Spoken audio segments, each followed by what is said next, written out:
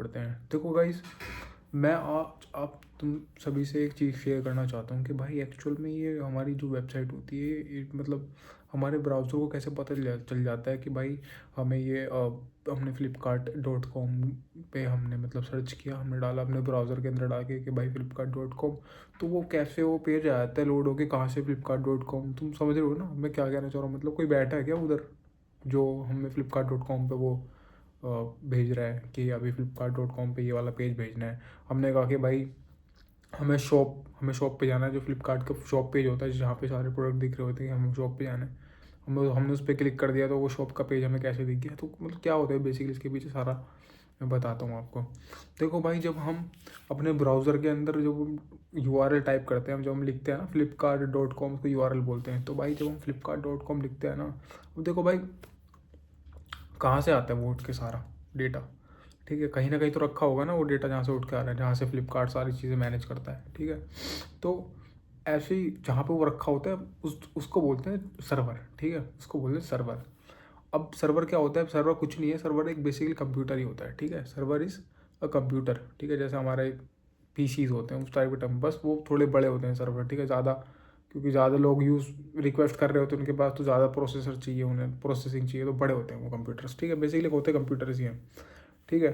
तो सर्वर क्यों बोलते हैं? क्योंकि वो सर्व करते हैं, क्या सर्व करते हैं? रिक्वेस्ट। जैसे हमने अपने ब्राउज़र से रिक्वेस्ट करी, ठीक है, कुछ, तो वो सर्वर रेस्पॉन्स में कुछ हमें पेज उठा के देगा। जब मैंने लिखा flipkart.com तो रिक्वेस्ट सर्वर के पास जाएगी, सर्वर वापस हमें देता वो उसके रिस्पॉन्स में, तो इसीलिए उसको बोला जाता है कि सर्वर है, ये सर्व करता है। किसको सर्व करता है? रिक्वेस्ट को, ठीक है, एज एन रिस्पॉन्स।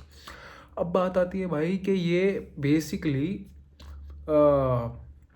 होता कैसे है, ठीक है? मतलब पता कैसे चलता है कि हमने flipkart.com डाला तो ये फ्लिपकार्ट के सर्वर पे ही रिक्वेस्ट जाएगी, ठीक है? मतलब क्या क्या होता है बैकग्राउंड में? तो देखो बेसिकली होता क्या है कि भाई किसी भी रिक्वेस्ट को जाने के लिए उसका एड्रेस पता होना चाहिए, ठीक है? अब मान लो मुझे किसी के यहाँ कुछ भेजना है, ठीक है, कुछ कोई कुरियर करना है, ठीक है, तो मैं कुरियर पे उसका एड्रेस लिख के भेजता हूँ ना कि भाई इस कुरियर को यहाँ भेज देना, ठीक है? तभी तो कुरियर लेके जाता है। अब मैं भाई रिक्वेस्ट भेज रहा हूँ flipkart.com, उसको पता होना चाहिए ना भाई रिक्वेस्ट जानी कहाँ है, कि कौन सर्वर के पास जानी है, तभी तो सर्वर के पास पहुंचेगी, फिर सर्वर वापस रिस्पॉन्स में हमें देगा, ठीक है? अब भाई ये थोड़ा चैलेंज है। तो यहीं पे आता है तुम्हारा कॉन्सेप्ट डोमेन रजिस्टर करवाने का। जो बोलते हैं ना कि भाई अपनी डोमेन रजिस्टर करवा लो, तुम्हारी वेबसाइट बन जाएगी। तो भाई ऐसे क्या होता है, अपनी डोमेन्स रजिस्टर होती हैं सारी, ठीक है? तो ऐसे ही flipkart.com में क्या है? डोमेन नेम है, ठीक है? क्या है? Domain name. flipkart.com domain name है। google.com क्या है? डोमेन नेम है। facebook.com क्या है? डोमेन नेम है। अब डोमेन नेम का मतलब क्या है? ये एक होता क्या है बेसिकली, यूनिक नेम होता है हर एक किसी भी वेबसाइट का, ठीक है? Domain name. तो अब एड्रेस कहाँ से रिजोल्व हो गया, एड्रेस कहाँ से मिल गया उसका सिस्टम का? अब देखो एड्रेस ऐसा तो होता नहीं है जैसे हमारे घर के एड्रेस होते हैं, किसी कंप्यूटर का जो एड्रेस है वो ऐसे तो होता नहीं है कि भाई B112 B113 B114 ऐसा थोड़ी होता है। तो भाई यूनिक एड्रेस होता है सारे जितने भी ये कंप्यूटर्स वगैरह होते हैं, ठीक है? तो उसको बोलते हैं IP एड्रेस, ठीक है भाई?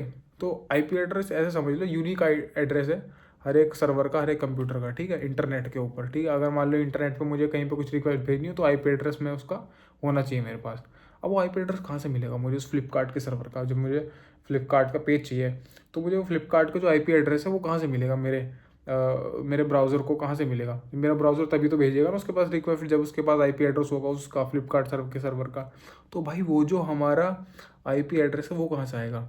तो वो आता है हमारा DNS से, डोमेन नेम सर्वर से, जहाँ हम अपनी डोमेन रजिस्टर करवाते हैं ना वो। तो वहाँ पे स्टोर्ड होते हैं सारे डोमेन के IP एड्रेस, उनकी मैपिंग हो रखी होती है कि भाई flipkart.com का ये IP एड्रेस है, google.com के सर्वर का ये IP एड्रेस है, facebook.com के सर्वर का ये IP एड्रेस है। तो एक पूरा एक तरह से एक तरह से डेटाबेस मान लो, ये DNS बोलते हैं उसे, डोमेन नेम सर्वर। तो पहले ब्राउज़र क्या करता है, डोमेन नेम सर्वर के पास जाता है और उसको लेके डोमेन नेम को लेके जो भी तुम रिक्वेस्ट कर रहे हो, जैसे तुमने मान लो flipkart.com रिक्वेस्ट करा तो वो जाएगा डोमेन नेम सर्वर के पास। जब वो डोमेन नेम सर्वर के पास जाता है वो बेसिकली क्या करता है, flipkart.com का IP एड्रेस निकाल के हमारे ब्राउज़र को भेज देता है। फिर वो हमारे ब्राउज़र के पास जब IP एड्रेस आ गया, अब हमारा ब्राउज़र क्या करता है, उस IP एड्रेस को उठा के रिक्वेस्ट मारता है किसके ऊपर?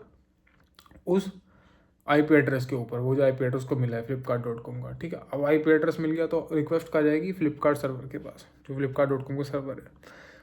फिर flipkart.com का सर्वर क्या करेगा, वापस रेस्पॉन्स में हमें जो भी हमने रिक्वेस्ट करी है, जैसे मान लो हमने flipkart.com करा तो उसके रिस्पॉन्स में जो भी पेज होगा वो हमें भेज देगा। फिर हमारा ब्राउज़र क्या करेगा, उसको रेंडर कर देगा, हमें दिखा देगा। फिर हम शॉप पेज पे क्लिक करेंगे वापस से। अब इस आईपी एड्रेस तो मिल गया हमें, लेकिन अब क्या होगा, शॉप पेज हम रिक्वेस्ट कर रहे हैं तो फिर सर्वर क्या करेगा, उसके कॉरस्पॉन्ड में हमें शॉप पेज दे देगा, फिर हमें शॉप पेज दिखाई देगा। तो इस तरह से भाई सारी चीज़ें चलती है। इस तरह से तुम्हें वो कोई भी वेब पेज, कोई भी वेबसाइट का पेज तुम्हें इस तरह से दिखता है, ठीक है। तो इसको बोलते हैं क्लाइंट सर्वर आर्किटेक्चर। बेसिकली हम क्लाइंट है और सर्वर वो है, तो ये हो गया क्लाइंट सर्वर आर्किटेक्चर। हमें क्लाइंट, उधर क्या है जो सर्व कर रहा है वो सर्वर, ठीक है। ठीक है भाई, तो आज की वीडियो में इतना ही। तुम्हें आज मुझे उम्मीद है तुम लोगों को समझ आ गया होगा कि भाई कैसे हमारा एक वेब पेज काम करता है, कैसे एक वेबसाइट पर हमें चीज़ें दिखती हैं। थोड़ा सा ओवरव्यू हो गया होगा। नहीं समझ आया तो मुझे भाई एक बार कमेंट में कर देना, मैं थोड़ा और डिटेल में कोशिश करूँगा अगली बार अच्छी तरह समझाऊँ। और भाई लाइक, सब्सक्राइब, कमेंट और शेयर बिल्कुल ज़रूर करके जाना। मिलते हैं नेक्स्ट वीडियो में। थैंक्स।